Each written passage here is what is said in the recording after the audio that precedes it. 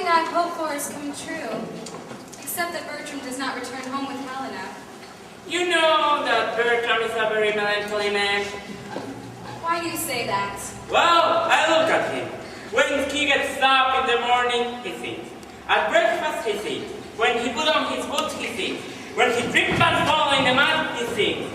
At dinner, he sings. Only very melancholy people are that happy. Give me that letter from him and go. Perhaps he's written and told me when he's going to come home.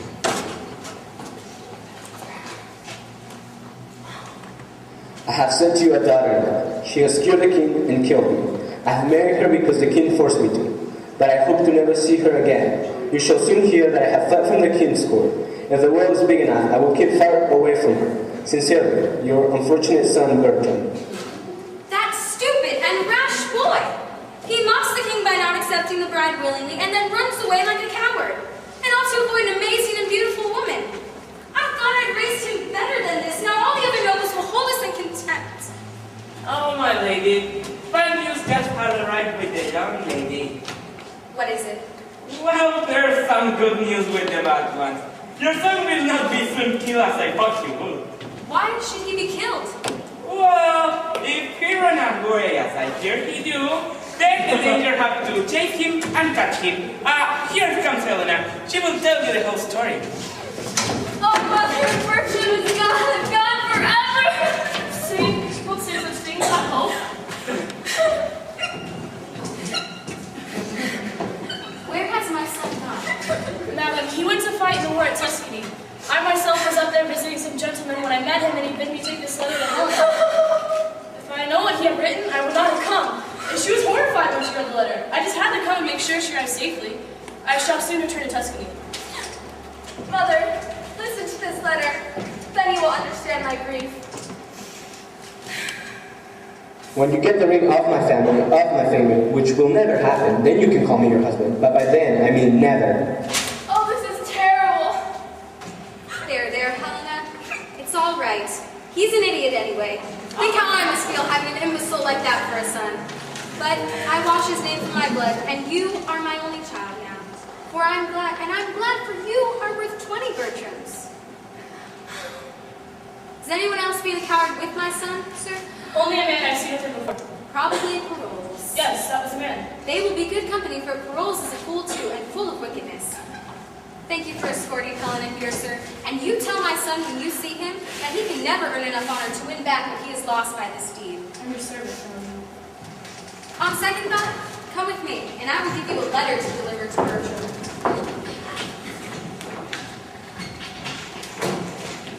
Oh, Bertram said he will not return to France until he no longer has a wife.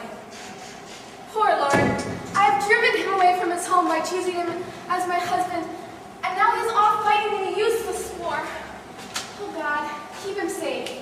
I would rather die than have him die. Come home, Bertram. I will run away so that you can return. Or perhaps I will find you and get your ring. Yes. Come night and end this day. When darkness comes, I'll steal away. You have proven yourself in the previous battle, Bertram, and you are now the commander of our cavalry. We place much of our hope and love in your courage and wisdom as a soldier. Sir, I do not deserve this honor, but I will do my best for your sake of all of Florence. Now let us go to battle and victory! Mark himself will ride with us.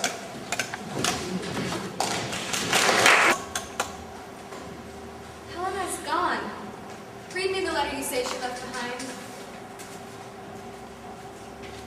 I have gone to be a nun at St. Jacques de Marie in Spain. I was too ambitious with my love, and now I must do penitence. Tell Bertram so that he may come home from the war and be out of harm's way. Please do not try to fall. All my love, Helena. This parting pains me more than any harm that might have befallen Bertram. She didn't even say goodbye. If only I had been able to speak to her before she left, I might have been able to talk her out of this rash plan. Forgive me, madam. If only I had told you this news last night, perhaps we would have caught her before she got too far. But she did say that pursuit is in vain. Oh God, give wisdom to her unworthy husband. Write a letter telling Bertram about all that has happened. Be sure to include plenty about how stupid he is and how beautiful and wonderful she is. Send it by the quickest messenger. Perhaps he will return home when he hears the news, and then I can give him a piece of my mind to chew on, and I hope he chokes on it. I hope Helena returns when she hears that he has come back, and then they will be a normal married couple, for all's well that ends well. I now miss both my children. My heart is heavy, and my age makes me weak. Grief would have tears, and sorrow bids me speak.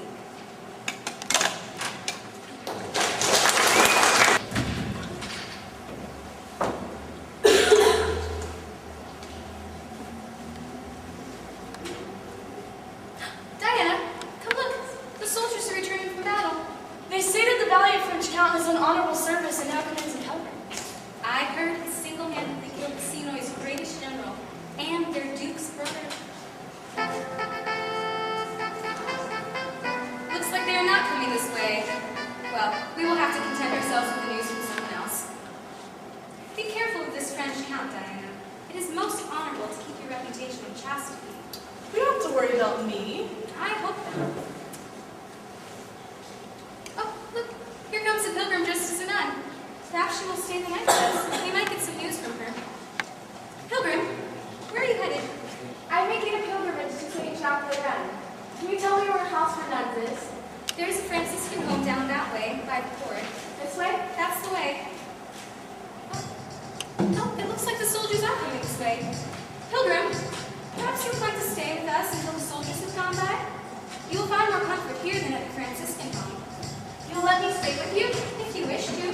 Thank you. I will take you up on that offer. You come from France, don't you? Yes, I do.